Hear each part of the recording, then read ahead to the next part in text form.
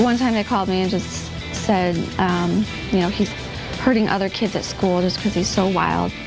Also coming up, certain ingredients in food can alter behavior. A look at the hyper ingredients to avoid next. It turns out something is in food that can affect your child's behavior. They could even be causing behavior problems in children who've never had them. Medical editor Marianne Childers reports there's new research about some hyper ingredients parents need to know. In preschool, 3-year-old Cody Davis was in constant motion. He was hyperactive, aggressive, and a troublemaker. One time they called me and just said, he's hurting other kids at school just because he's so wild, he can't control himself. On the internet, Sheri stumbled on something she didn't expect, a link between behavior and artificial food dyes. And that's when I started looking at what, he was eating. Now a highly regarded British study says a variety of common food additives, including yellow dyes 5 and 6, can make kids hyper, and not just children who've been diagnosed with attention deficit hyperactivity disorder. In the study, most of the 300 children exposed to artificial colorings had some increased level of hyperactivity. It may impact actually the general population of not just ADHD persons, but the average child. The link between food additives and behavior was made as far back as the 70s by a California allergist named Dr. Benjamin Feingold.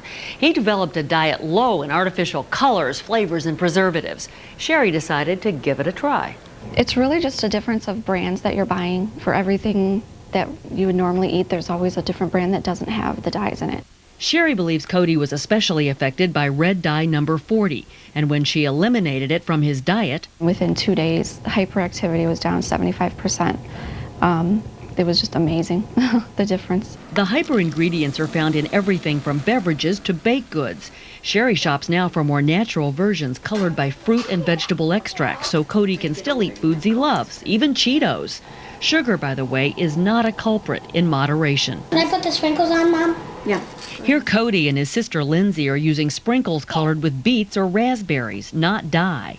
ADHD expert Dr. Mark Stein says he thinks a hyperactivity reaction to food dyes is not that common, but it's not a bad idea to go for natural over artificial. It certainly wouldn't harm a child, to reduce, food dyes and pay attention to what they eat.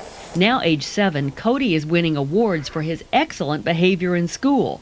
Mom even allows an occasional splurge, most recently an ice cream sundae. With whipped cream about that eye.